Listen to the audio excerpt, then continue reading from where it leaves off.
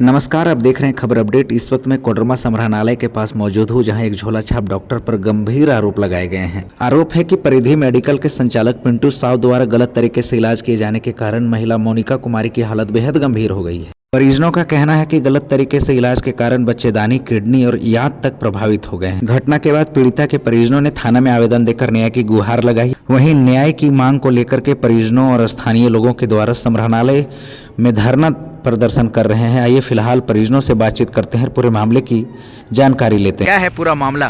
प्रेम नायक जी, आज आप धरना पे बैठे हुए हैं और पुलिस प्रशासन के खिलाफ जो है आप लोग हाय हाय के नारे लगा रहे हैं। क्या मामला है, पूरा मामला बताइए। देखिए, मुनिया कुमारी, पिता का नाम विजय साव आरागारो, और इनका शादी हो गया है मुनिया कुमारी का। पति का नाम पवन कुमार साव और गांव हो गया चांदेडी।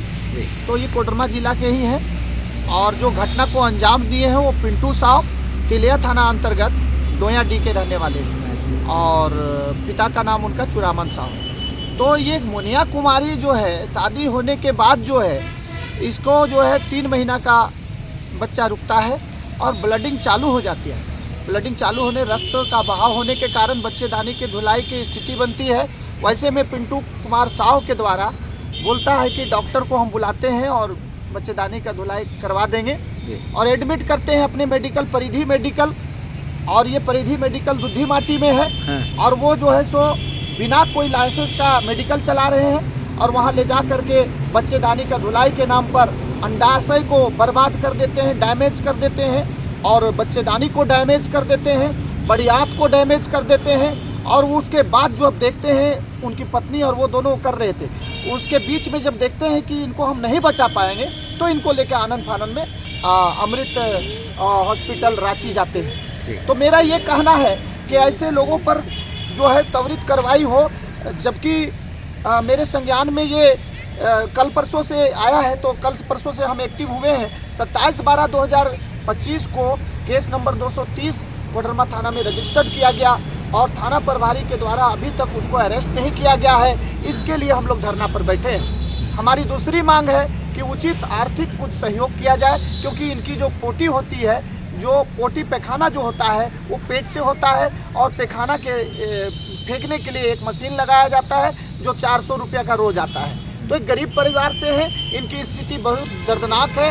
सभी महिला लोग आक्रोशित हैं, सभी पूरे गांव में मीटिंग कर रहे हैं। अगर धरना से नहीं काम बना तो हम लोग रोड जाम के लिए भी जाएंगे। क्या नाम हुआ आपका? मेरा नाम मुनिया कुमारी है। क्या हो गया था आपके साथ? हम 3 महीने के गर्भवती थे। उस समय मेरा रक्त चालू हो गया था। तो फिर मेरा ससुराल है चांदेडी, हम आए दूधी माटी परिधि मेडिकल पिंटू साहब के पास अबॉर्शन कराने के लिए। तो पिंटू साहब बोला कि हम डॉक्टर बुलाते हैं और उस दिन डॉक्टर नहीं बुलाया और पिंटू साहब एवं उनकी पत्नी दोनों मिलकर मेरा अबॉर्शन गलत तरीके से कर दिया और मेरा अडाशय, बच्चेदानी और बड़ियात बर्बाद कर दिया। फिर जब हम ज़्यादा सीरियस हो गए, पूरा एड्रेस बताना। हाँ, पिंटू साहब परिधि मेडिकल के हैं। जब हम ज़्यादा सीरियस हो गए तो अपने से एम्बुलेंस बुलाया और ऑक्सीजन लगाकर रांची रेफर कर दी, अमृत हॉस्पिटल रांची। मेरे माता पिता को कुछ नहीं पता था। फिर रांची रेफर कर दिया।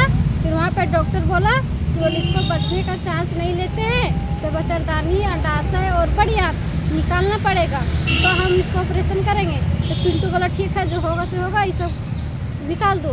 तो फिर वहाँ पर डॉक्टर निकाल दिया और मेरे माता पिता को कुछ नहीं पता था। पिंटू अपने से ले जा और बोला कि जो भी खर्चा होगा वो ज़िंदगी भर के लिए हम उठाएंगे और अभी वो कुछ खर्च नहीं दे रहा है और हमको न्याय चाहिए। आपके साथ मैंने अन्याय हुआ है, न्याय चाहिए आपको? हाँ। तो पिंटू साव जो है क्या मैंने हॉस्पिटल का संचालक है? हाँ। परिधि हॉस्पिटल का? हाँ। ठीक है। उनके पिताजी हैं। तो क्या अपेक्षा रखते हैं, क्या मांग करते हैं आप? यही मांग करते हैं कि हमारा बच्ची को न्याय मिलना चाहिए। डॉक्टर हमको 1 साल से हमको झांसे में रखा कि हम इलाज करेंगे, केस मुकदमा मत करो। तो हम लोग केस मुकदमा नहीं किए। 1-2 बार मतलब सालानामा भी बना। एक बार केस किए थे, बोला फिर सालानामा लिखाया कि हम जिंदगी भर का इसका भार उठाते हैं, केस मत करो।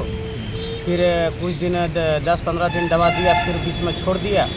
अब अभी तक साल भर से इसका खर्चा हम लोग उठा रहे हैं और हम लोग को झांसे में रखा साल भर से। तो हम यही कहते हैं कि वो मेरा बच्ची को तो जिंदा लाश भी बन के जी रही है। हम लोग लेबर का काम करते हैं, 400-500 कमाते हैं, 400 रुपये डेली, उसमें 500 रुपये खर्चा करना पड़ता है। मेरा 2 और छोटे छोटे बच्चे हैं, उसका लाइफ ख़राब हो रहा है। तो हम कानून से, महोदय से यही हम अपील करते हैं कि डॉक्टर को जेल भेजा जाए और मेरा बेटी को कुछ न्याय मिलना चाहिए। हम यही अपेक्षा रखते हैं कानून से।